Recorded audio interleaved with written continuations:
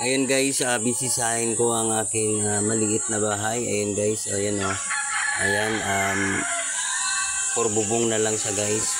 Lagyan na lang ng bubong yan mga idol. Ayan, siguro this week ay malalagyan na natin ng bubong yan mga idol. Ayan, maliit lang pero importante lang mga lods ay sariling bahay.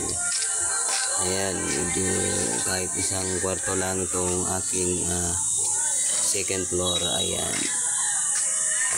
nakalatag ng mga kahoy. Ayan mga lods. Ayan, may dalawang bintana sa likod. Ayan, may nakaabang na aircon. Ayan, pagpagpalain, makakabili tayo ng aircon pagpagpalain tayo ng Panginoon. Ayan mga lods. Ayan, konting pindot na lang mabubungan na natin mga lods ang ating maliit na kubo. Ayan yung hagdan pa ibabaw. Ayan. Thank you so much guys for watching. Kung bago kayo sa aking channel, please like and subscribe, and remember, please don't skip the ads. Thank you, God bless. BBM! Di si Samsam BBM? Saan si Samsam?